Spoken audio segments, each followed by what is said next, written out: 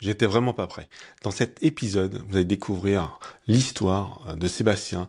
Sébastien lutte depuis plus de 15 ans contre la justice pour avoir le droit de voir sa fille et ça commence dès la grossesse de sa compagne. Une histoire terrible, une histoire de courage aussi et une histoire tragique car la santé de Sébastien est très fragile et le pronostic est malheureusement engagé. Voilà, je vous laisse découvrir l'histoire de Sébastien. À tout de suite. D'accord. Bonjour à tout le monde. Je m'appelle Sébastien. Je viens de Belgique et de la province de Liège. Et j'ai 45 ans. Je suis papa d'une petite fille maintenant, non, d'un ado maintenant, qui va avoir 17 ans cette année-ci. Et que je ne vois plus depuis, presque un an, 4 ans au total, de privation de voir mon enfant. Mon histoire, c'est assez, folklorique. J'ai rencontré la maman de ma fille, en discothèque et on a très vite été amoureux, très vite, très fort. Et peut-être un peu trop même, je pense, trop vite. À quel âge? Et oh, je venais d'acheter ma maison, donc je pense que j'avais 26 ans. Euh, oui, je pense. On s'est marié très vite, donc un an après. Et les ennuis ont vite commencé après, à tel point que je m'étais rendu compte en fait j'avais été un peu trompé sur la marchandise.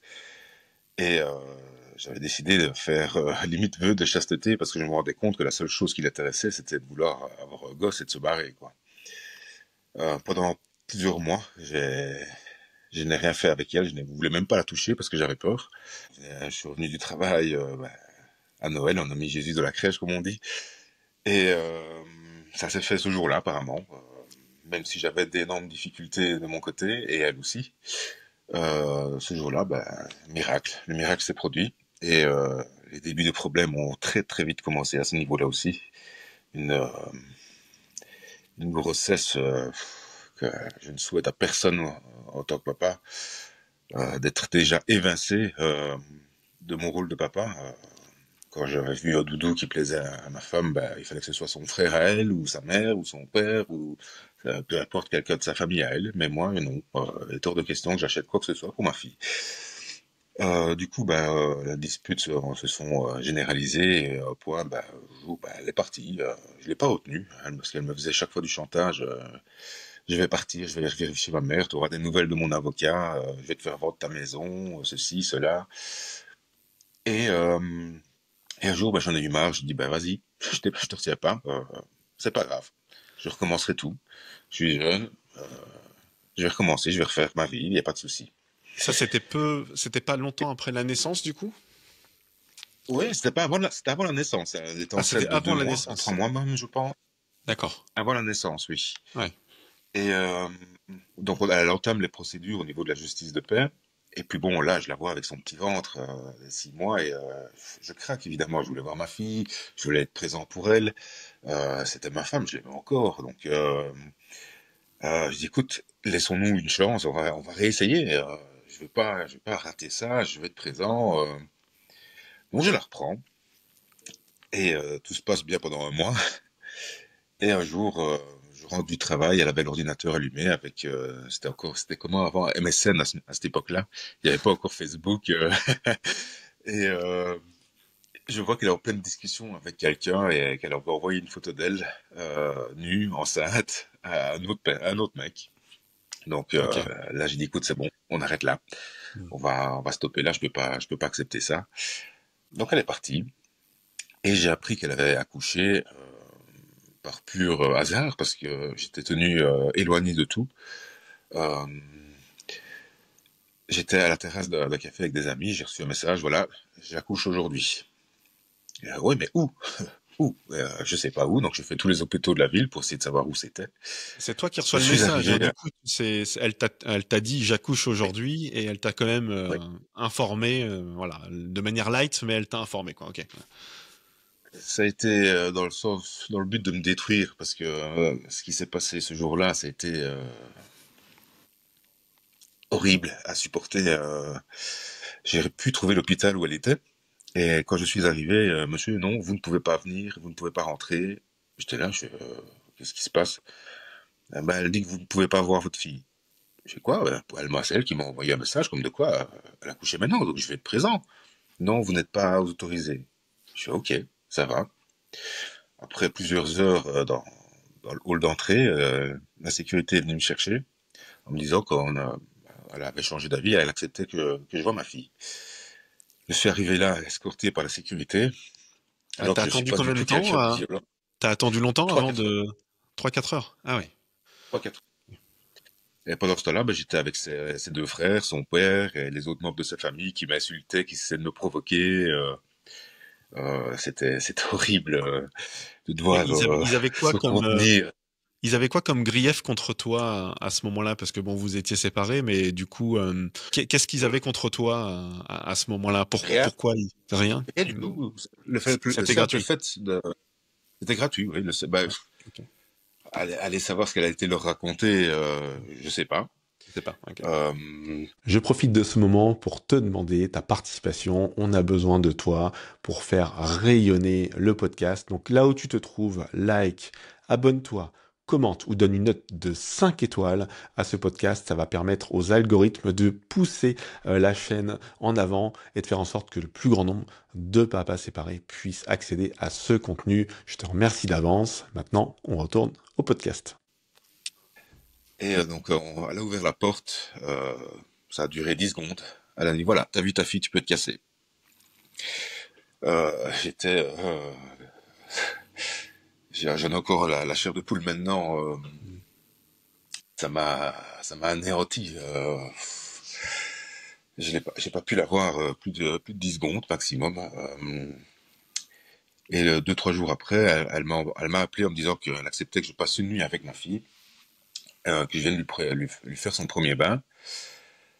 Et donc ça se passe super bien, tout se passe super bien. La nuit arrive, elle veut bien que je passe la nuit avec elle. Et pendant la nuit, ma fille se réveille, elle commence à pleurer, évidemment, comme tous les bébés. Et je la prends contre moi. Et règle le simple fait des vibrations de ma voix et le fait que je sois quelqu'un de calme de nature, elle s'est calmée tout de suite, sans que je ne fasse quoi que ce soit. Et sa maman s'est relevée en me disant qu'est-ce que tu lui fais, qu'est-ce que tu lui as fait, ceci, cela. Elle m'a foutu dehors. Et les 9 premiers mois, ça a été une catastrophe pour voir ma fille.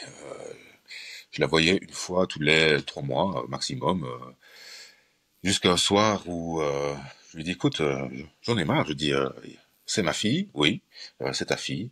Il n'y a pas de jugement. Non, il n'y a pas de jugement. Je dis non, je peux la prendre. Elle m'a regardé, elle est devenue aussi blanche qu'une feuille A4 d'imprimante, et elle m'a foutu dehors. On a continué à se disputer par message. Voilà, c'était rien de méchant, rien d'agressif, rien de violent. Et un matin, je travaillais comme agent de sécurité dans une usine d'armes à Liège. Et un matin, je reviens du travail, j'avais fait la nuit. Et à 6 heures du matin, on vient frapper à ma porte. Pour moi, j'avais envie de dormir, donc je passe là-dessus, je m'en fous. Puis on s'excite un peu sur le volet. J'ouvre mon volet qui se trouve à l'étage et je vois que la police a fermé la route des deux côtés et tambourine à ma porte, armé jusqu'au poing, cagoulé. Qu'est-ce qui s'est passé? Est-ce que j'ai fait quelque chose de mal? J'ai renversé quelqu'un? Je m'en suis pas rendu compte. C'est pas possible. J'ouvre. J'étais en boxer. Ils m'ont attrapé, mis les menottes au poing devant tout le monde qui était évidemment dehors. En disant que je devais subir une perquisition parce que visiblement j'aurais eu volé des armes, j'aurais sorti des armes de l'endroit où je travaillais et que j'aurais essayé d'assassiner ma femme. Alors je me suis j'ai un peu éclaté de rire ce jour-là. Rire jaune aussi évidemment parce que déjà il faisait froid, c'était au plein mois de janvier et euh, ils ont bien vu qu'il n'y avait aucune arme chez moi, ni dans ma cave, ni au grenier, ni où que ce soit. Je déteste ça. Je leur ai expliqué, pourquoi est-ce que tu travailles là-bas alors? Je dis, je n'en peux strictement rien. Les policiers m'expliquent que c'est la déposition de mon ex-femme. Je lui dis, écoutez, non, je déteste les armes, je ne supporte pas ça. Et écoutez, vous voulez déposer plainte pour diffamation? Je dis, non, c'est la maman de ma fille, j'ai pas envie qu'elle ait des problèmes, donc non. Suite à ça, j'ai perdu mon travail à l'endroit où j'étais en poste. Et ma carte ministérielle, 2 ans après, n'a pas été renouvelée.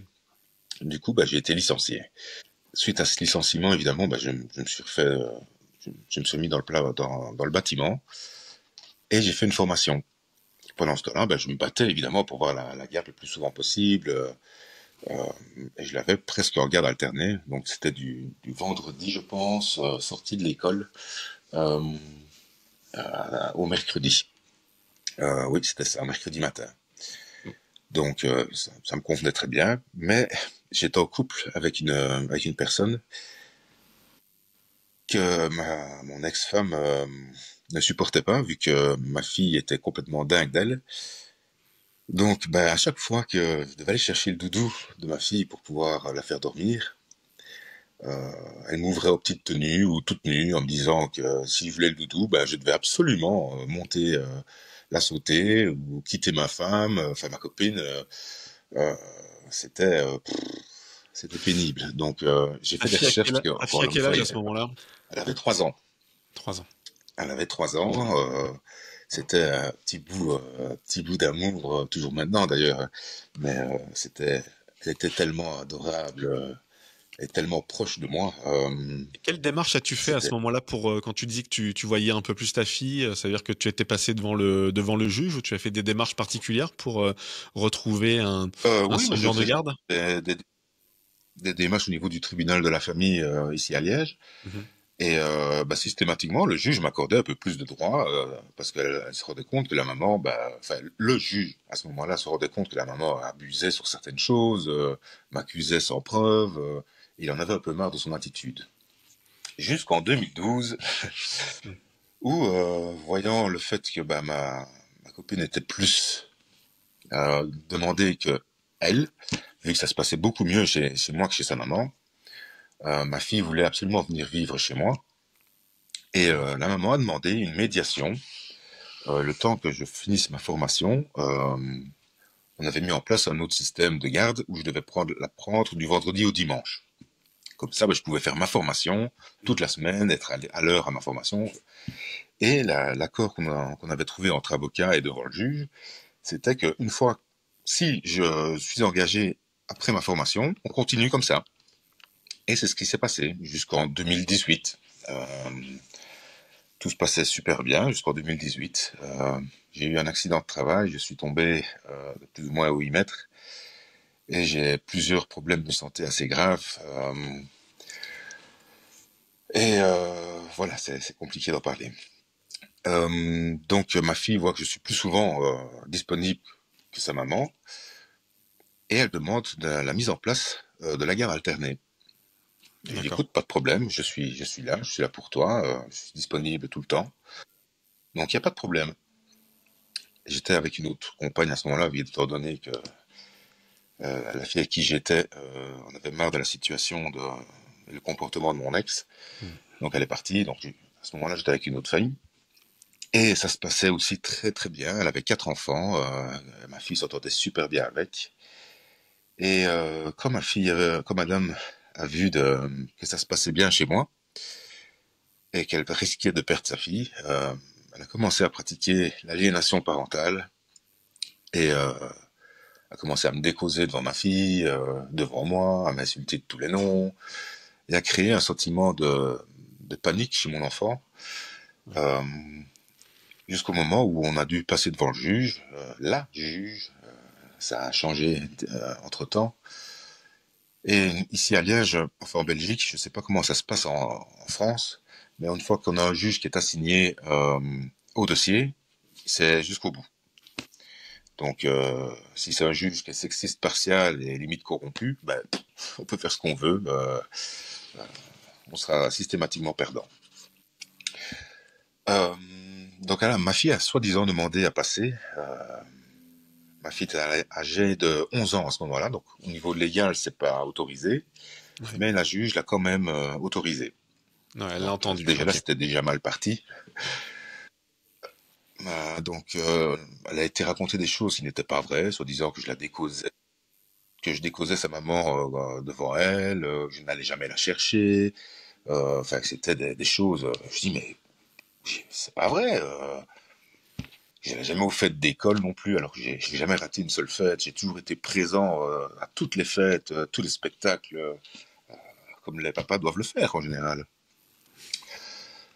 Et la juge m'a retiré la garde une première fois, vu qu'on croit systématiquement ce que font les enfants, ce que disent les enfants. Mm. Donc je suis passé de la garde alternée à un week-end sur 2. Donc c'était 4 jours par mois. 4 foutus jours par mois pour voir ma fille et essayer de recréer un lien. Lien qui n'a jamais pu être recréé parce que dès le premier week-end où on a reçu le jugement, j'ai dit à ma fille qui s'appelle Sarah, j'ai dit écoute Sarah, on ne passe plus que 4 week-ends, enfin 4 jours par mois ensemble. Je dis on coupe nos téléphones et tous les deux on profite. On va faire des jeux, on va aller au parc d'attractions, des jeux de société, on va jouer ensemble. Enfin, je serai 100% pour toi. Mais pas de téléphone. J'ai ma fille aux anges, évidemment. Et tous les vendredis, on a un petit rituel, c'est qu'on faisait des, des petits apéros. Elle, c'était champomis ou je sais pas quoi là. Et elle va chercher son petit apéro avec ses saucissons et ses olives. Et dans le rayon, elle se tord la cheville. Je dis, c'est écoute, c'est pas grave, on va mettre de la glace. Enfin, je prends soin d'elle. Je suis aussi, j'ai mon brevet de premier secours, donc je sais ce qu'il faut faire. Et le matin, alors que j'étais en train de lui faire couler son bain, préparer ses affaires, elle m'appelle en stress en me disant qu'il y a le poêle à peler qui fait un bruit bizarre, qu'il y a des stroboscopes sur la cheminée. Et effectivement, je vais la voir, je me dis, mais qu'est-ce que c'est que ça? Et je me retourne, et je vois un agent de police cagoulé, armé, juste devant ma porte, qui était en train de faire aller son stroboscope avec sa lampe. C'était la maman qui avait téléphoné, en disant que j'étais quelqu'un de violent avec ma fille, que je venais soi-disant parce que j'avais perdu la garde, elle avait peur que je tue ma fille. Donc j'ouvre la porte, j'ai dû mettre mon chien en sécurité parce que sinon il allait se faire tuer. Et une fois que j'ai ouvert la porte, ils m'ont attrapé, pareil, mis les menottes devant ma fille, et ils ont enlevé leur cagoule pour rentrer. Et ouais, ils ont vu que ma fille s'était tordue la cheville. C'est papa qui t'a fait ça, c'est lui qui t'a fait ça, à vous. Non, non, non, il m'a rien fait, il m'a même pas touché, il m'a soigné. Non, non, tu dois dire que c'est papa qui a fait ça. Non, non, non. Ma fille est en pleurs, évidemment, et de nouveau menottes au poing. Alors Ouais, c'est j'explique à l'agent de traumatisant, c'est police. sûr. Ouais. Mm. Et je dis, écoutez, voilà ce que je subis en permanence. Je dis, j'en peux plus, je suis fatigué, j'ai envie qu'elle me foute la paix. Et là, il m'a dit, monsieur, si vous subissez ça depuis autant d'années, je ne sais pas comment vous faites pour ne pas péter les plombs. Moi, en tant qu'agent de police, j'aurais déjà fait justice moi-même. Et je me suis dit là, waouh, j'ai dit, qu'est-ce que c'est que ce cow-boy, quoi. Enfin, Ouais, c'est pas grave. c'est vrai. La Là, violence c'est me résout absolument. non, c'est que en plus et en plus on va dire que eux ils sont dépositaires de l'autorité. Donc si eux ils tiennent des propos comme ça, c'est quand même un peu gênant, ouais, effectivement. Mais ouais, donc là c'est la deuxième fois Ouais. que tu rencontres la police. C'est toujours les mêmes ou c'est une autre équipe? Non, non. C'est chaque fois une autre équipe. Ouais. C'est une autre équipe. La première fois qu'ils sont venus perquisitionner chez moi en 2009, c'était ce qu'on appelle le peloton anti-banditisme. C'est une section spéciale un peu comme les GIGN, quoi. Ouais, parce que t'étais suspecté d'avoir Qui volé était... des armes, donc effectivement on est sur t'étais présumé très dangereux et armé, effectivement. Voilà, Ok. exactement. Mm. Et comme c'est tolérance zéro envers violence aux femmes et tout ça, que c'est tout à fait normal. Euh, donc voilà, c'était une autre. D'ailleurs, mon voisin fait partie cette section de la police, donc il m'a dit ouais, faut t'es obligé. Ça m'a fait chier parce que je sais très bien comment tu es, mais voilà, on est obligé. Je dis ok, ben voilà. Donc ici, donc ça se passe et le dimanche même, ils viennent rechercher ma fille. Et là, c'est le beau-père qui m'attrape et commence à m'insulter devant ma fille. Et sa femme était dans la voiture en train de filmer, évidemment, pour savoir si j'allais réagir. Et j'ai dit, écoute, ma fille n'a pas besoin de voir ça. Viens, on s'écarte. Elle n'a pas besoin d'entendre. On s'écarte. Et moi, je savais très bien que je sais résister aux insultes. Il n'y a aucun problème à ça. Je sais qui je suis. Voyant qu'il il s'excitait comme un pantin, à m'insulter de tous les noms, ceci, cela. Et voyant que je hochais la tête et que je le regardais en souriant, il a voulu lever la main sur moi. Et je lui dis, si tu lèves ta main, je dis, c'est pas la caméra qui va m'empêcher de les broyer. Je dis, je fais quand même du Krav Maga depuis 20 ans, donc fais attention. Et là, il s'est calmé, il est parti. Et, euh, et puis arrive la période des vacances, que j'avais réservée avec ma fille. On s'était mis d'accord pour que je prenne, c'était du côté de Majorque. Donc, ça m'a coûté un fameux paquet d'argent.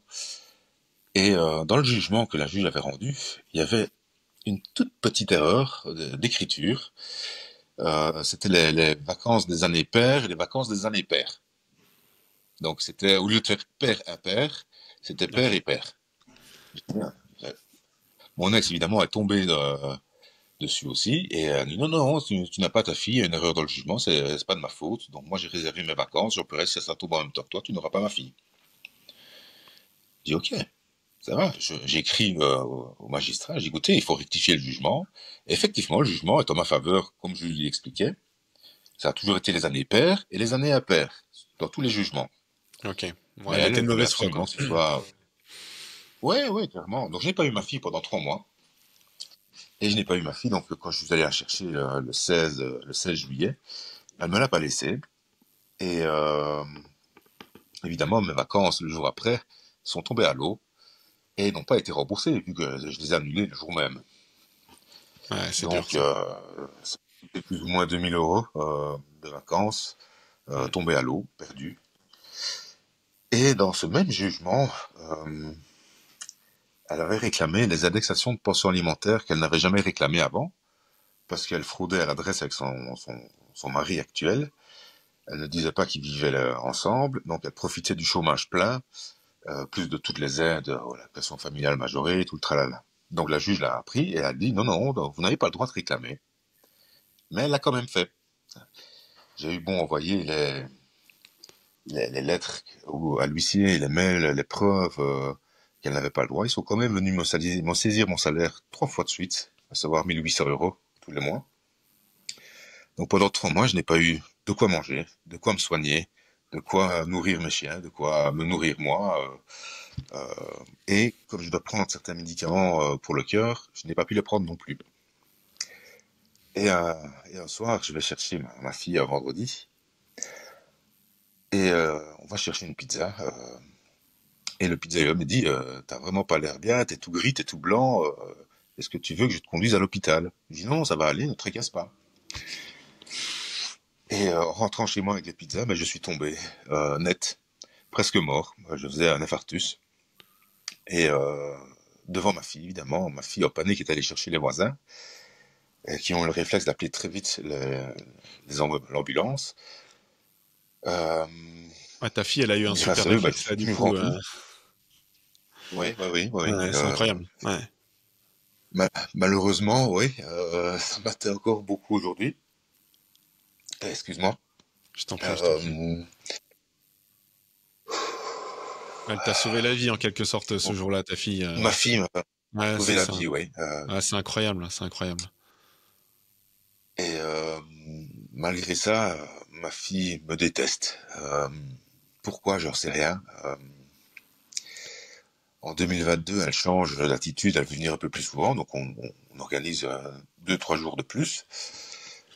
En 2023, alors que tout se passait super bien, j'écoute Sarah, j'ai une surprise pour toi. Son rêve, c'était d'aller en Espagne, d'aller à Barcelone, d'aller voir le stade de Barcelone et d'aller voir une fois un match au Barça. Elle est amoureuse de Gavi, donc voilà. Et j'ai réalisé tous ses rêves en un seul jour. On est arrivé à Barcelone. Je lui ai pas dit qu'on allait en Espagne. On a passé la frontière, elle a vu qu'on allait en Espagne. J'ai vu ses yeux qui commençaient à se tremper, à s'humidifier, plein d'étoiles. Et quand elle a vu le nom Barcelone sur la plaque, là, elle est devenue hystérique. Donc, C'est est allée à génial. l'hôtel. Ouais. Et sur la plage de l'hôtel, il y avait une petite librairie qui vendait des places pour aller voir Barcelone, Tottenham. C'est la coupe, je ne sais pas trop quoi, d'avant-saison. Elle me dit, ah, papa, regarde, ils vendent des places. J'ai dit, bah viens, on va voir. Elle me regarde toute, déjà, encore une fois, prête à pleurer. Euh, euh, et je vois les places. La place la moins chère, c'était plus ou moins 150 euros, plus TVA. Mais c'était tout au-dessus. Donc très loin du terrain. Et les prix au niveau du terrain, bah, c'était plus ou moins 500 euros la place. Et je dis, bah, écoutez, mettez les places tout près du terrain, c'est pas grave. Je veux réaliser le rêve de ma fille et je veux qu'elle soit heureuse. Donc allez-y, c'est pas grave, faites chauffer la carte, on y va. Alors quand ma fille a vu que je ressortais avec les places près du terrain, là, c'était, j'étais le meilleur papa du monde, j'étais le dieu vivant. Et, euh, et donc le jour après, on est allé au centre d'entraînement pendant 24 heures. Pour voir passer ses joueurs favoris 3 minutes, hein, parce qu'ils sont très très pressés quand ils rentrent. On avait un petit, je me souviens qu'il y avait un petit Aldi juste devant le stade, et je lui avais acheté de quoi se rafraîchir, de quoi se laver, de quoi nourrir. On dormait dans le coffre, et c'était génial, quoi. Et elle a pu voir Gavi, Pedri, enfin tous ses joueurs favoris. Elle pleurait non-stop. Ouais, moi aussi, mon Ça a été fils, il très est dur fan de la voir du comme ça, parce Barcelone que aussi. Ouais. vous vous rendez compte. S'il vous Moi, plaît. je dis, moi, mon fils, il est fan de Barcelone aussi. Il est fan de Yamin Yamal. Donc je comprends bien. Et j'ai été non, moi, j'ai été au Camp Nou. Ça doit faire peut-être 6 ou 7 ans. C'était avant qu'ils refassent le nouveau stade, mais ouais, c'est sûr que c'est une magnifique expérience que t'as offert à ta fille et elle s'en souviendra toute sa vie. C'est ça qui est. Toute ta vie. Enfin, moi, je pense que c'est là-dessus qu'il Ouais. faut que tu te. Enfin, il faut que tu gardes ça en tête. C'est que bien sûr, là, c'est l'adolescence, c'est compliqué. Moi, je vis une situation un peu similaire à toi, sauf que moi j'ai la garde. Non, ça marche. Non, je disais que moi Ok. j'étais aussi victime à peu près d'aliénation parentale, sauf que moi j'ai la garde de ma fille, mais que moi je l'ai récupérée il y a 5 ans, 6 ans, 6 ans maintenant, mais que le travail de SAP qui a été fait pendant enfin toutes les années précédentes, plus la crise d'adolescence qui passe par là, en fait, effectivement, j'ai le rôle du méchant parce que j'essaye de mettre Ouais. un cadre. Un Euh, cadre. c'est c'est moi qui donne les règles et c'est pas accepté et bon que ce soit pas accepté c'est une chose mais en plus je veux dire que du coup mon ex-femme s'allie en fait à ma fille elle se met de son côté pour dire qu'effectivement le cadre que je mets en place elle est pas d'accord avec, c'est pas bon, qu'elle ferait pas pareil, etc. Et du coup, ça ouvre voilà, ça Ouais. ouvre la porte en fait à un esprit de contestation et d'injustice aussi. Elle pense vivre ma fille une injustice et des revendications qui sont très très très très compliquées. Mais en tout cas, sache que les souvenirs que tu as créés, c'est des graines que tu as plantées. Et même si c'est long et même si ça prend du temps et c'est dur, ben un jour ce que tu as semé tu le récolteras. Ouais. Et ouais, je sais que c'est difficile. Hein. Moi aujourd'hui, ma fille, toi, là, elle m'a pas parlé pendant 5 jours, et on se voit tous les jours. Donc, toi, c'est encore. Enfin, je vais pas dire que c'est plus difficile que toi, bien sûr que non. C'est pas plus difficile que toi, mais avoir une personne avec qui tu vis et qui te parle pas, c'est assez voilà c'est assez compliqué. Alors je vais reprendre un petit peu des éléments que tu nous as partagés. Donc merci pour ton histoire. Il y a enfin ça a été du coup l'ascenseur émotionnel pendant Wow, pendant 15 ans. 16 ans. 16 ans. Ouais, C'est tout, ça a ouais, tout le temps été ouais, comme ça. 15 ans. Ouais, 15 ans l'ascenseur émotionnel. Et je voulais savoir parce que je vois que t'es affecté et que t'as une nature empathique. Ça se voit, enfin, je veux dire, ça se voit tout de suite en fait. Qu'est-ce qui fait que tu tiens le coup? Qu'est-ce qui t'a fait tenir le coup en fait toutes ces années? Parce que entre les disputes, la privation de la grossesse, le fait d'aller tout le temps revenir devant les magistrats pour essayer de faire valoir tes droits, euh, bon, ce que je comprends, c'est que ta fille venait quand même chez toi et qu'il n'y a pas eu il y a pas eu trop de moments où elle a dit non, je veux pas aller chez papa, etc. Bon, ça vient peut-être maintenant, mais comment t'as fait pour surmonter un peu tout ça parce qu'il Tenir. faut il faut une force de caractère qui me semble assez incroyable, une espèce de zénitude Oui.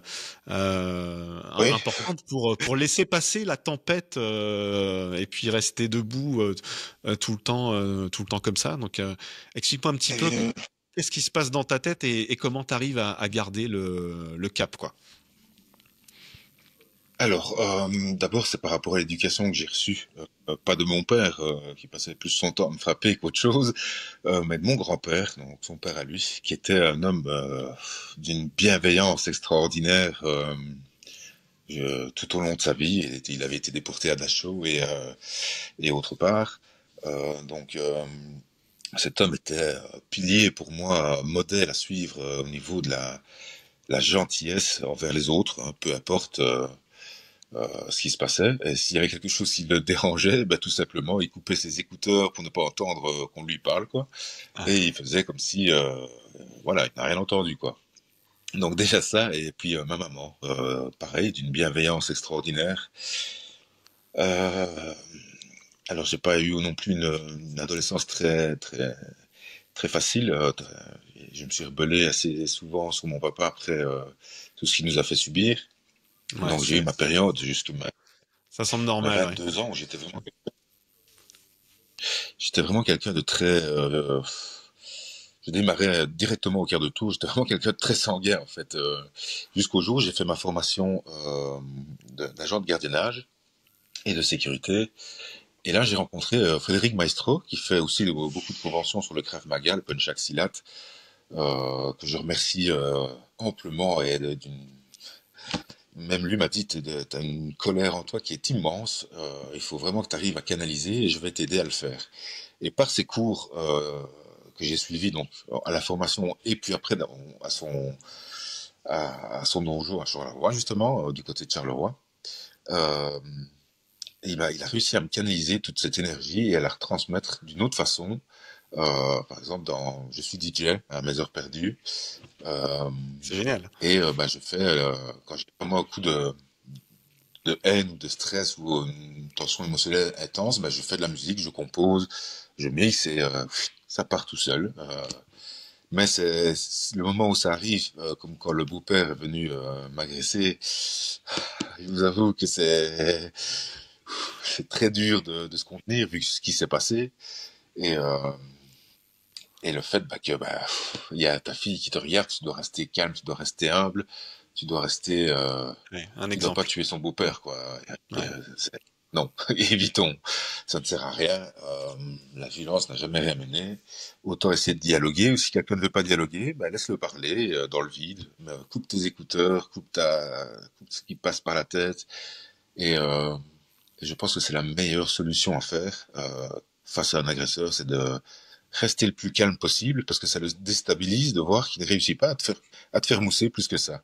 Bah, t'as Donc raison. fatalement, Ouais. euh, il, il- de lui-même, il se calme et il se rend bien compte qu'il a perdu et il s'en va. Bah ouais, si Faire tu de les montes pas gens, sur le limite, ring, et il a pas d'adversaire et du coup, bah il peut pas donner ses coups, donc il se voilà. retrouve un petit peu bah, seul et perdu. Ouais, c'est pareil dans les disputes et dans les conflits. Quand tu disputes avec quelqu'un et que tu renvoies pas les coups, et ben en fait, bah, l'autre il tape dans le vent et Ouais. généralement au bout de 2 minutes, bah il a compris que Ouais, non, même il pas. était un peu ridicule. Ça dure même pas 2 minutes. Ça va très vite. Ouais. Euh, mais voilà, il faut toujours respecter la personne qui est en face, même si c'est très difficile. Ouais. Ça reste aussi un être humain et Ok. il est aussi malheureusement véhiculé par ce qu'il a appris et ce qu'on lui a raconté, qui n'est sans doute pas vrai. Ouais. Donc, il faut pas spécialement lui en vouloir par rapport à ce qu'il fait. Il fait de protéger sa femme, donc c'est tout honorable pour lui, même si j'estime qu'il n'avait pas à s'en mêler. Ben voilà.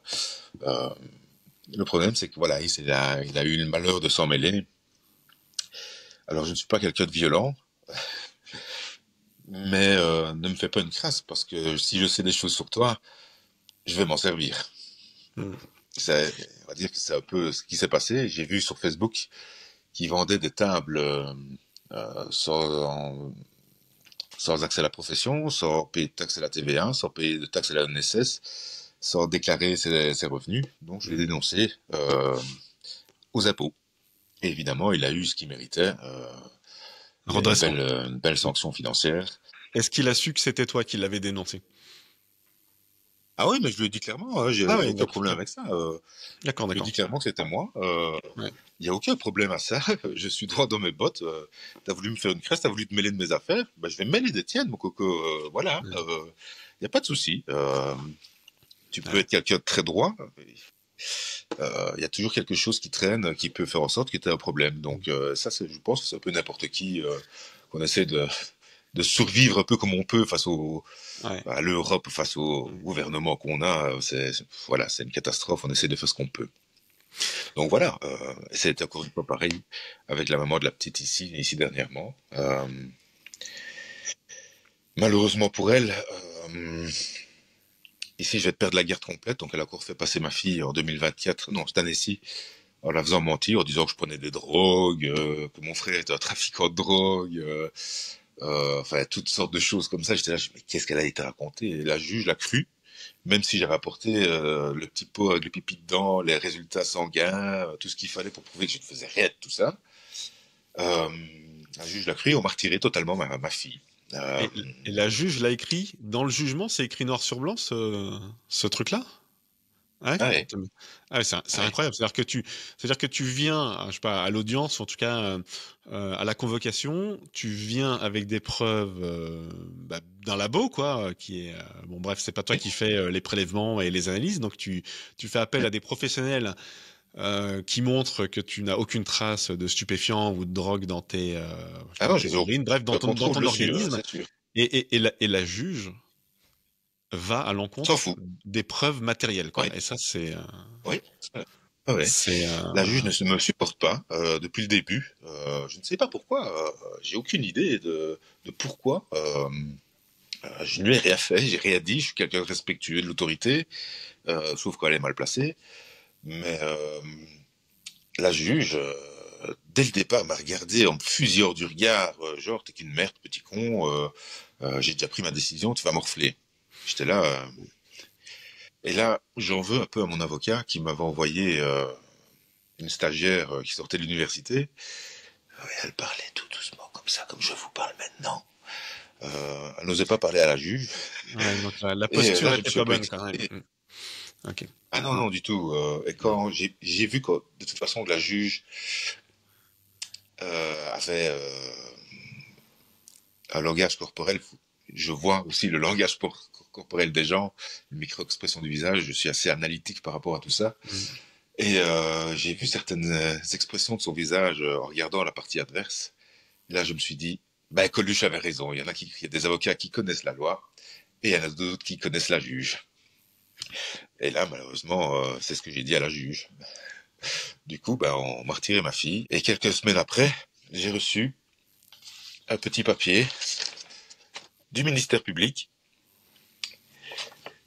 qui a enfin analysé toutes les preuves que j'ai envoyées et qui reconnaît l'aliénation parentale, le faux et usage de faux qu'elle a fait pour venir me saisir mon salaire, la manipulation de preuves, donc elle a fourni de fausses preuves pour pouvoir me faire accuser, la subornation de témoins.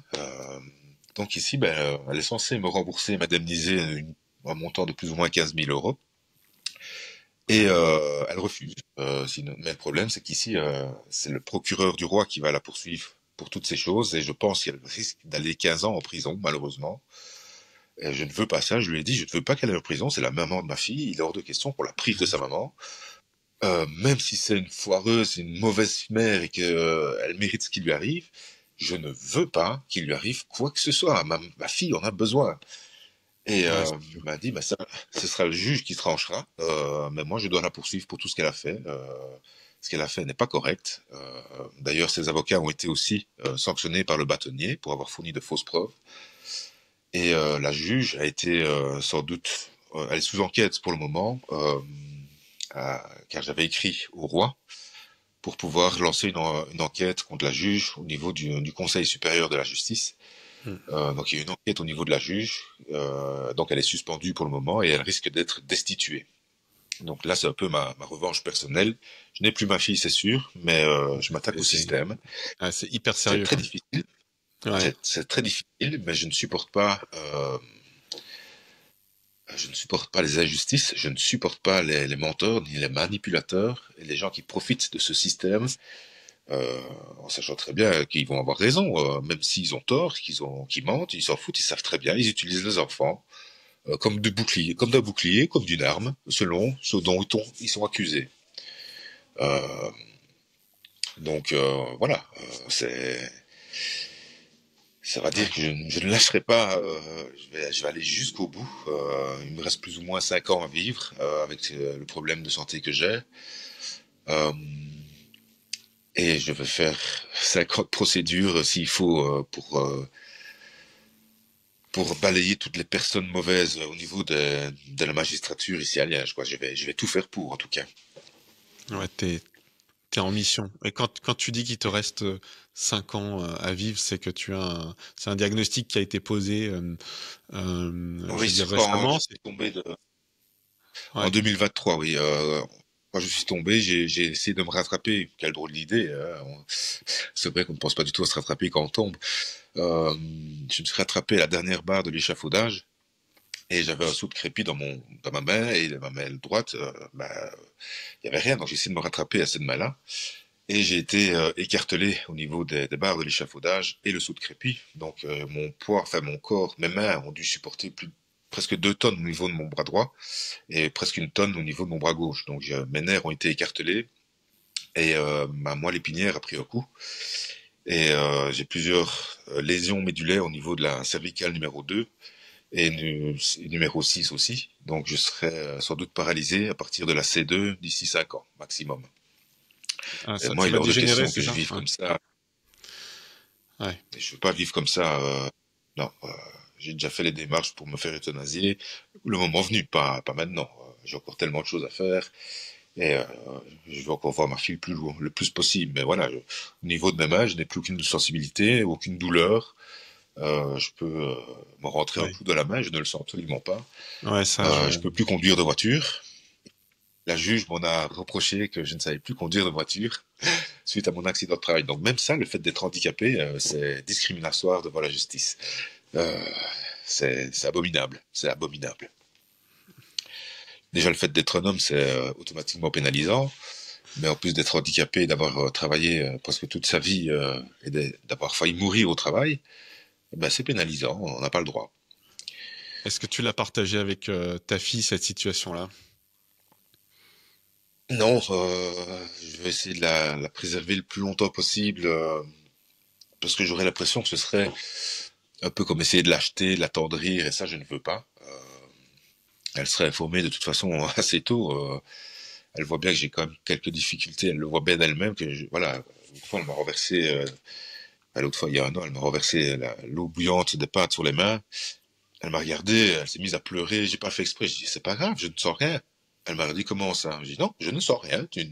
J'ai aucune douleur. J'étais brûlé au 2e degré, mais je ne sentais absolument rien au niveau de mes mains. Ouais. Donc elle voit. Elle est pas. Donc, ok, elle a été témoin de ça et elle t'a reposé des questions. Tu lui as réexpliqué à ce moment-là que tu avais un Non. handicap. Elle sait que j'ai eu un accident de travail parce que j'ai été emmené à l'hôpital évidemment pendant cette période. J'ai été opéré 3 fois des genoux à gauche et ici j'ai fait opérer pour la 8e fois cette année-ci. Je ne sais presque plus marcher au niveau des genoux, c'est une catastrophe. Évidemment, le bassin c'est pareil, le dos c'est pareil. Donc c'est vraiment très très difficile pour moi de me déplacer, de porter, d'aller promener mes chiens, de conduire. J'ai remis mon permis parce que je ne sais plus conduire. Donc c'est vraiment très donc, sentir son corps qui lâche comme ça et sans pouvoir avoir d'aide à la maison parce que je suis tout seul maintenant. Il n'y a pas grand monde qui veut sortir avec quelqu'un handicapé qui va finir comme un légume. Donc Ouais, c'est très pénible à vivre au quotidien. tu es en Euh, fauteuil là, Sébastien? non non non non Oh, non non, d'accord. je sais encore marcher, ça il n'y a pas de Ok, problème. d'accord. Mais, enfin marcher quand on n'a plus de cartilage dans les genoux, qu'on n'a plus de ligaments croisés ni de ménisques, c'est horrible de marcher. Chaque pas, c'est comme si je marchais un peu sur... la sensation que j'ai, c'est quand je plie les genoux, quand je marche, c'est comme si on mettait les griffes sur un tableau. Vous voyez, je sais pas si tu vois. C'est c'est cette sensation-là. Donc Ouais. c'est pas agréable. Bon, après, c'est pas un conseil que je te donne, hein. Tu fais comme tu veux, mais euh, je pense que tu devrais quand même avoir une conversation avec ta fille en lui disant que, bon, t'attends rien je veux dire, de spécial, mais je veux dire, si demain il t'arrive quelque chose de malheureux et que elle sait que tu lui en as pas parlé et que tu lui as raccourci un peu le temps qu'elle a passé avec toi, elle pourra peut-être aussi ne pas être spécialement contente. Donc il faut que tu lui laisses la chance d'analyser l'information avec sa maturité qu'elle a aujourd'hui et d'en faire ce qu'elle a envie d'en faire, quoi, sans effectivement que tu aies l'impression de la forcer, je veux dire entre guillemets. Tu vois, t'es son papa, peu importe la situation, le contexte, les circonstances, en fait t'es son papa et ça changera jamais. Donc qu'elle puisse être en colère ou qu'elle puisse avoir des fausses informations dans sa tête ou des choses qui la forcent aujourd'hui à avoir moins ou pas de relation avec toi, c'est une chose, mais je pense qu'il faut que il faut que tu tardes pas, selon moi, à lui dire, écoute, voilà ce qui se passe. Maintenant, je suis là pour toi et je serai là pour toi jusqu'au bout. Et c'est à toi de voir ce que tu as envie de faire du temps qui nous reste à Ouais. passer ensemble. Point, enfin, je vais dire point barre, parce que bon, je suis pas à ta place, bien sûr, hein. Je peux pas être à ta place. C'est une situation qui est énorme, enfin, qui est très très lourde. Euh, et, Ouais. euh, et du coup, je me rends compte que bon là, j'ai vraiment de la chance d'être en bonne santé, même si je Oui, suis la arrêté. santé, Je suis arrêté depuis ça 2 mois, manque. mais j'ai une hernie discale, mais alors c'est chiant parce que ça m'empêche de. Alors je vois un tout petit peu, un 1% de ce que tu vis parce que j'ai le bras désensibilisé et ça m'empêche de faire tout un tas de trucs que je n'avais pas à conscience Ouais. avant. Mais bon, bref, il n'y a pas de comparaison à faire avec toi. Mais ce qui est certain, c'est que je veux dire, ta fille, elle doit avoir ces informations-là sans que tu dramatises à outrance, sans que t'en joues, mais de manière un peu factuelle. Je pense qu'il faut que tu aies un moment de partage avec elle. Et d'ailleurs, je voulais savoir aujourd'hui comment tu communiques avec elle. Est-ce qu'il y a quand même un semblant de communication? Vous envoyez des messages, vous Oui. appelez de temps en temps, ou est-ce que c'est complètement rompu la communication? Non, non, non. En fait, la communication a été rompue du mois de juin, début juin 2024 jusqu'au mois d'octobre de l'année passée, où j'ai perdu ma maman brutalement à cause d'une erreur médicale. Et ma maman était la dernière personne à qui ma fille a parlé avant qu'elle meure. Mhm.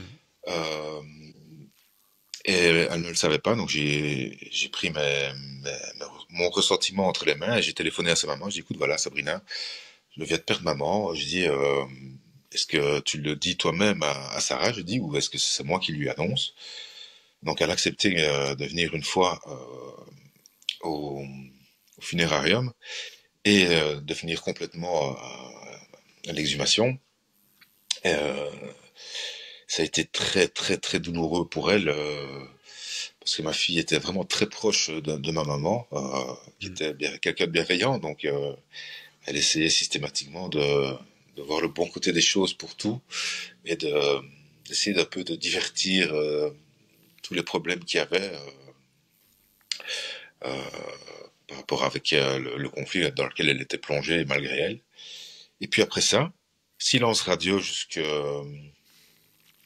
2 semaines après le jugement, mois d'avril, où moi j'avais décidé de me dire, c'est pas grave, elle ne veut plus venir, elle ne veut plus venir chez toi, elle te prend pour quelque chose que tu n'es pas, c'est pas grave, laisse-la croire ce qu'elle veut, mais ne viens plus, pour moi, ne viens plus chez moi, voilà, ne viens plus vers moi, enfin moi je ne vais plus vers elle, et à ce moment-là c'est elle qui est revenue vers moi, parce qu'elle s'est rendue compte en fait qu'elle était en train de perdre tout ce qu'elle avait.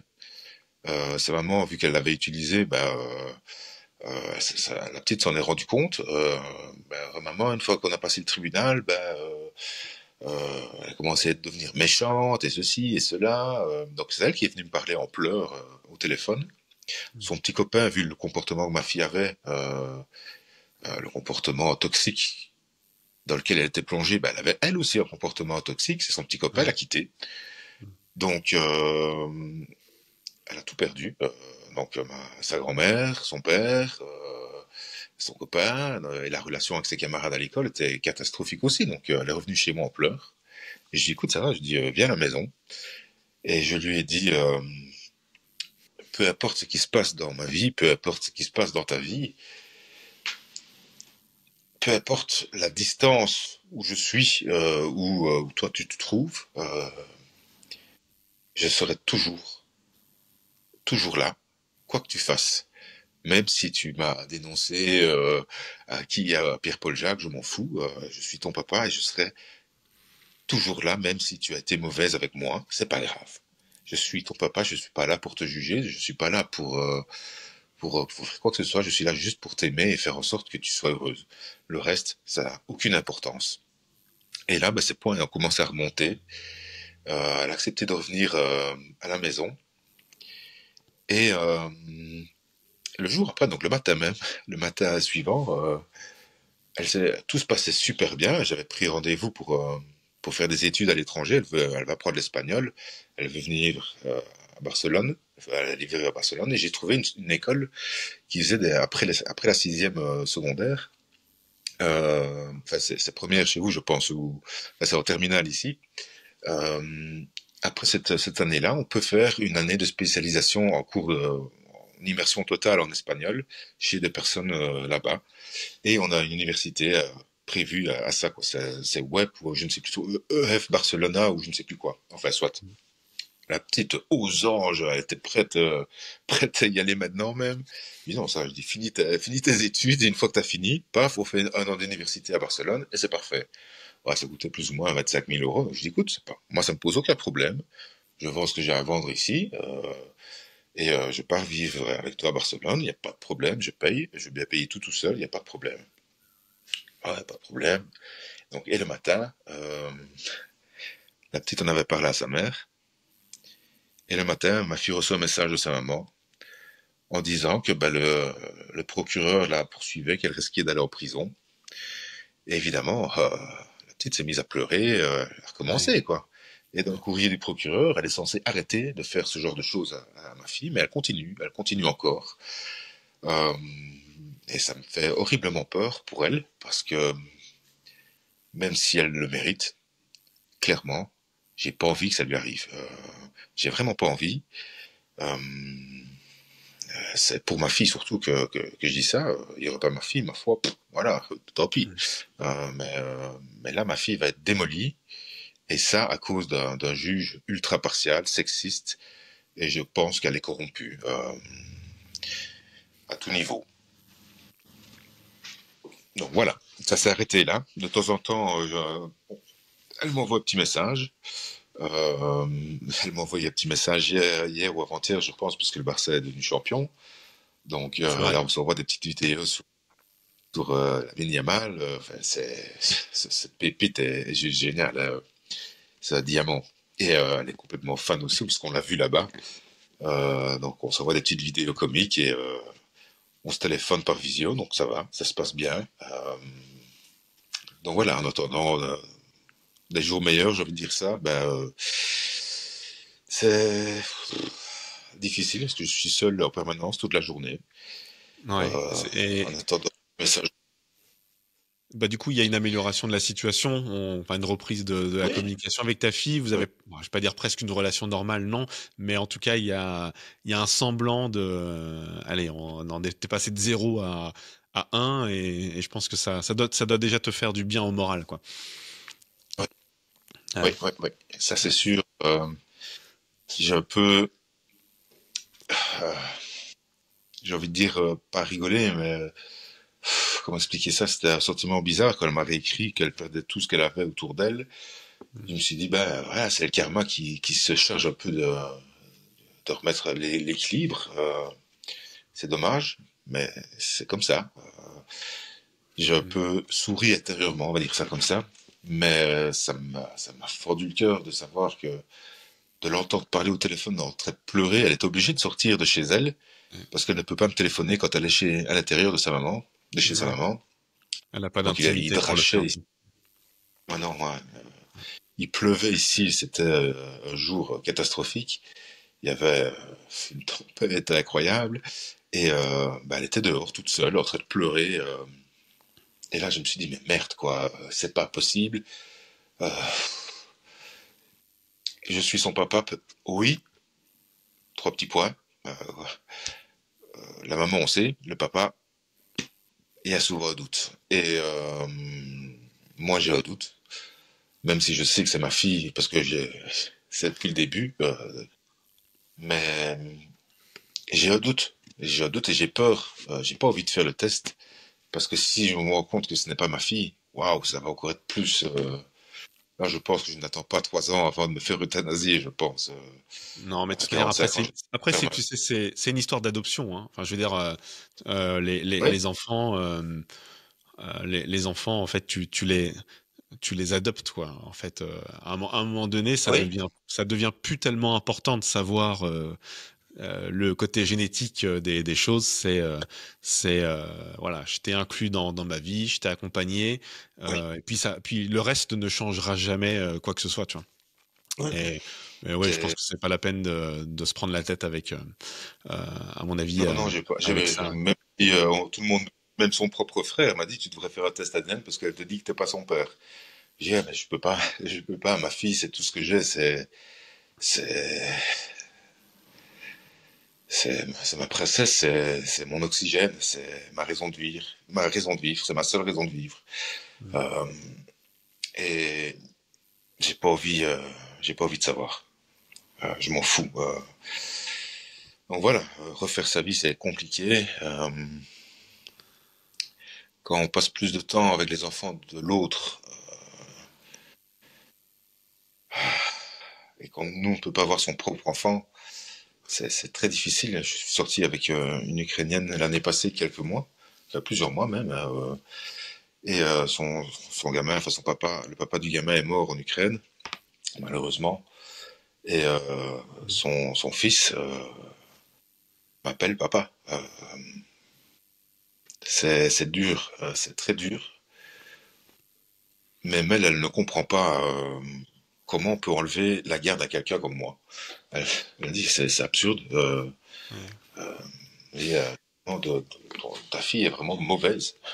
On traîne, tu vois, c'est rigolo parce que si moi je compare toujours ça avec comment ça s'appelle, tu sais, le combat un peu le combat des féministes qui se battent pour l'égalité du traitement dans les salaires dans le monde du travail et c'est complètement normal et nous en tant que papa quand on se retrouve face à la justice qui est quand même très féminisée, et ben on se rend compte que là, on peut Ouais, vivre un peu les discriminations que vivent les femmes entre guillemets dans d'autres domaines de la vie, mais oui, nous, c'est sûr. on le prend en plein dans la face parce que effectivement, en tout cas moi c'est comme ça. Hein, je suis allé au tribunal, enfin je veux dire plusieurs fois et j'étais toujours le seul homme dans la pièce quoi.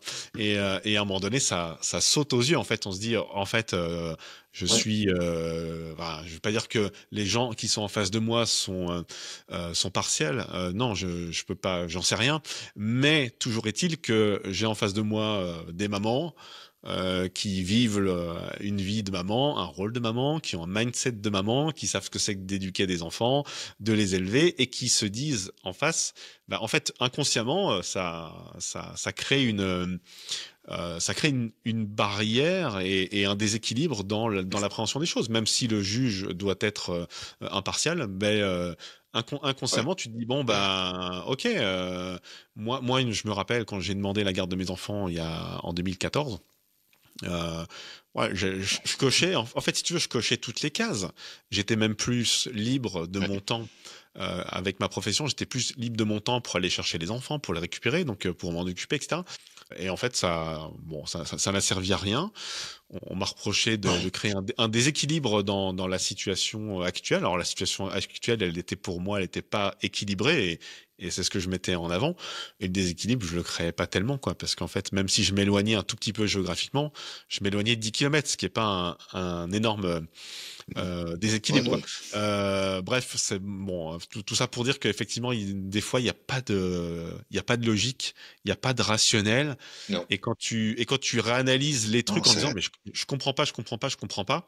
C'est vrai que ça te crée une frustration et que c'est important à un moment donné enfin, t'as besoin de faire ton deuil. Alors toi, je tu as pense été que en procédure quasiment les 15 dernières années, donc c'est forcément quelque chose que ouais. qui est difficile pour toi à faire, même si aujourd'hui, bah, tu as une procédure qui aboutit et tu sais que la roue a commencé à tourner, mais ça prend du temps et ça rattrapera pas les années. Tout à fait. Ouais, Et j'espère là quand la procédure sera finie, parce que vu le temps qui me reste, malheureusement, alors j'essaie de me battre pour les autres, pour que les autres papas ou les autres mamans qui ont perdu leurs ouais. droits pour des raisons complètement stupides. Donc j'essaie de faire en sorte que les choses changent ici. Euh, Et justement par j'ai rapport à contacté un ça. avocat. Ouais, justement par Oui, rapport à ça, par rapport à aider les autres. Et alors, je te remercie encore de participer et de témoigner de pas ta de souci, situation avec et de ton plaisir. histoire dans ce podcast. Si tu devais revenir un peu en arrière, est-ce que tu estimes avoir à un moment donné avoir commis des erreurs ou des choses que tu aurais pu faire différemment et qui t'ont été préjudiciables? Et est-ce que tu as fait un peu est-ce que tu as pris un peu de recul sur ce Oui. que tu as vécu en disant à ce moment-là, ouais, c'est vrai que j'ai déconné, j'aurais dû, j'ai fait ça et ça n'a pas abouti à quelque chose de positif et j'aurais peut-être pu faire quelque chose de différent ou pas. Oui et non. En fait, en 2021, mon ex a été condamnée à des astreintes pour non-présentation d'enfants, mais ultra clémentes, hein. C'était 100 euros par période, par week-end où je n'ai pas ma fille, ou période de vacances. À savoir, la période de vacances, c'est 15 jours. Donc, 15 jours, c'est 100 euros. Pour la juge, 3 jours, c'est égal à 15 jours. Et donc, c'est très, très clément. Donc, j'ai fait signifier les jugements par huissier, mais elle n'a jamais payé ses astreintes. Ok. Jamais. Et moi, toutes les fois, avec elle, j'avais pas ma fille, je déposais plainte. Sinon, je n'avais pas droit aux 100 euros. Et donc ça, je pense que c'est peut-être une erreur, parce que quand on est arrivé devant la juge, j'avais déposé plus de 70 plaintes. Donc ça s'est retourné contre moi, le fait d'avoir déposé des plaintes. J'ai expliqué à la juge, écoutez, c'est vous qui m'avez demandé de déposer plainte chaque fois pour non-présentation d'enfants, pour les astreintes. Donc c'est pas à vous me le reprochez. Si, je vous le reproche, j'ai dit, mais c'est une blague. C'est un cauchemar, c'est un cauchemar, quoi. C'est la C'est-à-dire que première tu as chose été qu'elle a vu dit, comme la juge. t'as été vu comme quelqu'un qui s'acharnait et qui harcelait, c'est ça? C'est ça l'histoire? Ouais, hein. Ouais, Alors que j'étais d'accord. dans mon droit totalement légitime, hein. Elle ne payait pas ses astreintes, et c'est d'ailleurs la raison pour laquelle j'avais été devant le juge l'année passée, euh, pour qu'elle paye ses astreintes et les saisies qu'elle m'avait fait illégalement, avec des faux usages de faux. Donc je vais voir la juge, la chambre des vacations. Et mon avocate a oublié de transmettre le fait que que j'avais fait signifier les jugements. Donc la juge a dit, bah, vous n'avez pas cette preuve-là, allez, vous êtes dégoûté. Et Hmm. l'audience est remise au mois de décembre, donc de juillet jusqu'à décembre. J'ai pas vu ma fille. En décembre, on a récupéré la même juge qui était attribuée à mon dossier, évidemment. Et elle a dit, bah voilà, je veux entendre votre fille. Je dis non, je n'accepte pas. Je dis, ça fait plus d'1 an que je ne la vois plus. Je dis donc, il y a de l'aliénation parentale derrière. Mais non, monsieur, ça n'existe pas, ce n'est pas reconnu, c'est de la couillonnade. Hmm. Et là, je me suis dit, bah c'est bon, c'est terminé. Et l'avocate que j'ai eue pour me défendre, ben voilà, elle n'a même pas pris la parole alors que je me faisais lyncher par l'autre côté. Je me suis un peu excité sur l'avocate.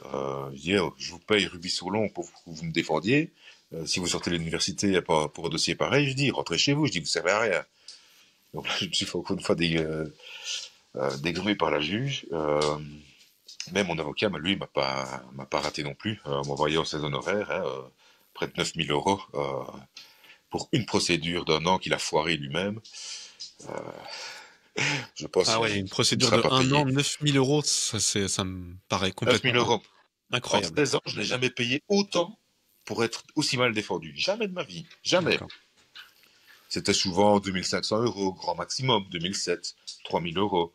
Ouais, Mais jamais ce qui est 9000 déjà une euros, belle somme, quoi. hein. Enfin, je veux dire, bah, je sais pas comment tu t'en sors ou tu t'en es sorti financièrement, mais ça fait, ça a l'air vertigineux quand même ce que tu as pu payer en honoraires d'avocat, quoi.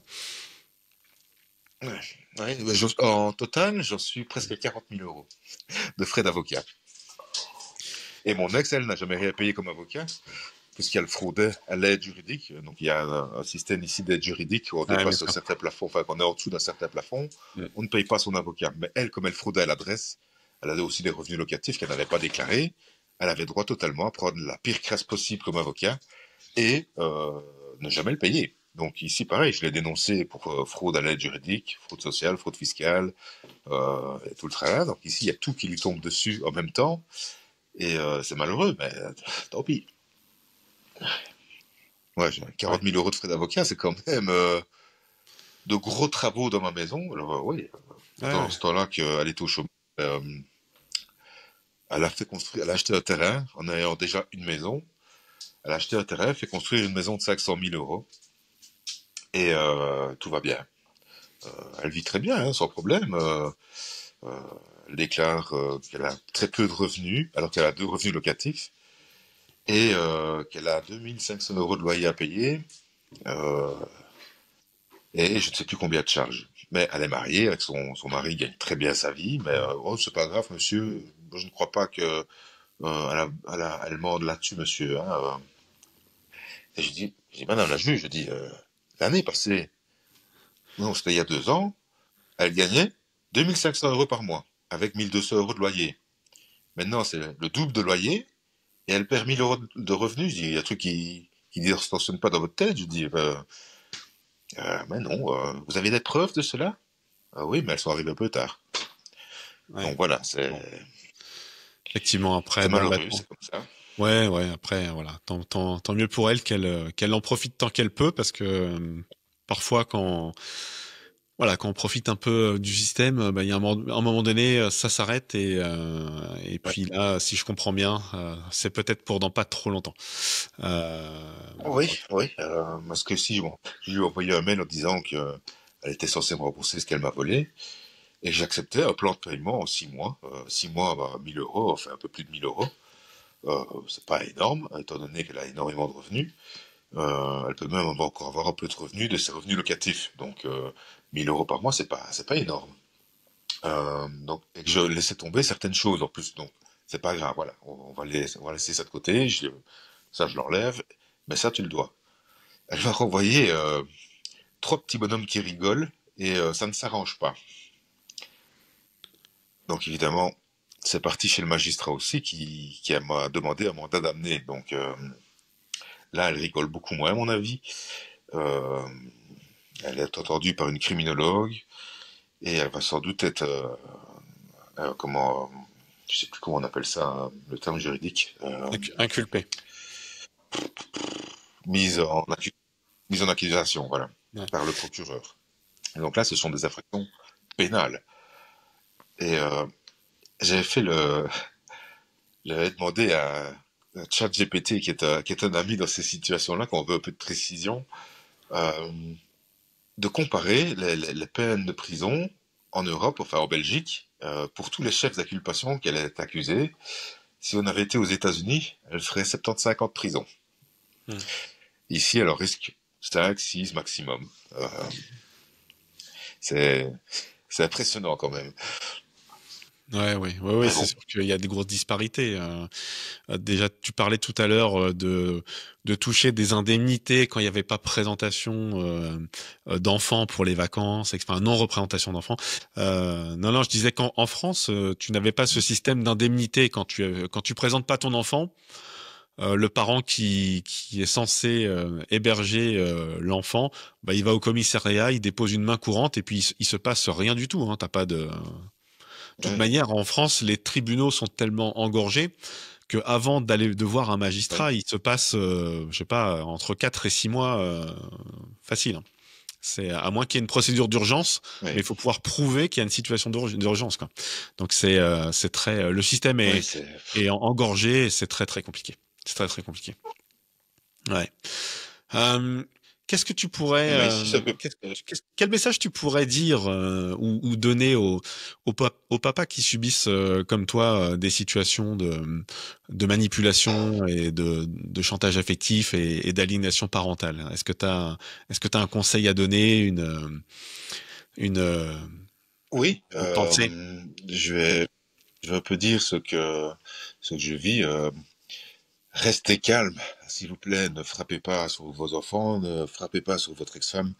C'est pas ça qui va arranger les choses. La justice est lente, c'est compliqué pour vous, je sais, mais ça ne sert à rien de s'en prendre ni à vos enfants ni à votre ex-femme. C'est pas ça qui va changer les choses. La justice est difficile, c'est long pour obtenir quelque chose, mais restez fort et regardez vos enfants dans les yeux. Ça va vous donner une force incroyable. C'est ces étoiles qui brillent quand ils vous regardent. Mon grand-père me disait toujours, euh, un homme n'est riche que lorsque ses enfants courent vers lui et qu'il a les mains vides. Et ça illustre vraiment bien ce que j'ai vécu avec ma fille. Quand j'ai dépensé énormément d'argent en 2023 pour les vacances de ma fille, Mm. mais j'étais tellement riche de voir Les yeux ces brillés. choses qui vont Ouais, ouais, c'est de briller, c'est les choses qui vont rester gravées à jamais dans sa mémoire. Vous devez vous servir de cette force-là pour pouvoir avancer, rester cool et vous dire que ça va changer quand les enfants seront un peu plus grands et qu'ils vont avoir leur propre réflexion d'adultes. Ça peut prendre du temps. Moi, ça a pris quand même 40 ans pour que je me rende compte de certaines choses au niveau de mes parents. Donc, ça peut prendre du temps. ouais. Mais lâcher prise vaut mieux que de tenir une corde qui brûle. Je pense que c'est quelque chose qui est un peu partout dans tout domaine. Tenir une corde qui est en Ouais. train de brûler, il faut lâcher. Et à un moment donné, vous allez perdre toute votre énergie et votre joie de vivre à cause d'une personne qui va essayer de vous faire passer pour quelque chose que vous n'êtes pas, pour au final, si vous réagissez, lui donner raison. Donc, restez des papas. Restez des papas aimants, soyez forts et courage. Courage à tous, à toutes. Vous allez y arriver. Moi, j'en suis sûr. Ouais, moi aussi, j'en suis Donc voilà, sûr. Et c'est tout à l'heure, dis-moi. allez, t'as dit quelque chose pour moi qui a résonné très fort en moi, c'est que t'as dit, ouais, de toute manière, enfin, je sais plus comment tu l'as dit, mais t'as parlé d'être droit dans ses bottes. Et je pense que quand on est droit dans ses bottes, qu'on varie pas on varie pas dans son comportement, on n'essaye pas de surfer sur la vague, mais qu'on reste droit, on avance, on a des valeurs, on a des convictions et on est porté Ouais, par ça. Et ben si on garde le cap dans ses valeurs et avec ses convictions, en fait, on se regarde tous les matins dans le miroir en étant fier finalement et aligné avec ce ouais, qu'on fait, même si tout est difficile, même si on traverse des tempêtes, il y a des ouragans, on prend des coups sur la tête, mais tous les matins, on peut se dire qu'on est droit dans ses bottes. Et je pense que ça, c'est une force ouais, qui doit driver les papas qui nous écoutent et qui écoutent ton témoignage. C'est-à-dire que il y a rien qui est facile, il y a rien qui sera facile, mais en étant droit dans ses bottes, et en avançant avec ses convictions et ce qu'on a dans le cœur, et toujours en gardant bien sûr oui. en point de mire l'avenir, le développement et l'amour qu'on porte pour nos enfants. Effectivement, les choses, enfin, en tout cas, on arrivera à vivre une vie beaucoup plus épanouissante que si on reste focus sur les problèmes, sur comment essayer Et d'atteindre l'autre, etc. Je sais pas si t'es d'accord avec ça. je pense que si un jour vous avez des doutes sur vous-même ou peu importe, si vous pensez que vous allez craquer, faites quelque chose, allez à la salle, faites de la musique, dansez, faites venir des amis, dansez, faites de la brinque si vous voulez, mais sortez cette énergie négative que vous avez en vous le plus vite possible, parce que ça va vous ronger de l'intérieur et il faut vraiment rester focus sur le petit bout que vous avez et qui attend que que vous restiez droit, quoi.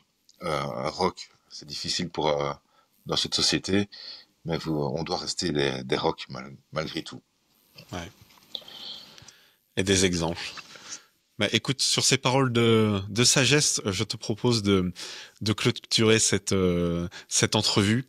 Je te remercie beaucoup D'accord. d'avoir partagé vraiment une énorme partie de ton intimité avec nous. Je sais que ça a dû être très difficile pour toi et je veux mettre en avant ton courage et voilà, encore bravo d'avoir franchi le cap, avoir dépassé, je veux dire ce que tu vis pour pouvoir le témoigner et que ce soit publié, que ça puisse servir au plus de papas possible. Merci beaucoup Sébastien Avec plaisir.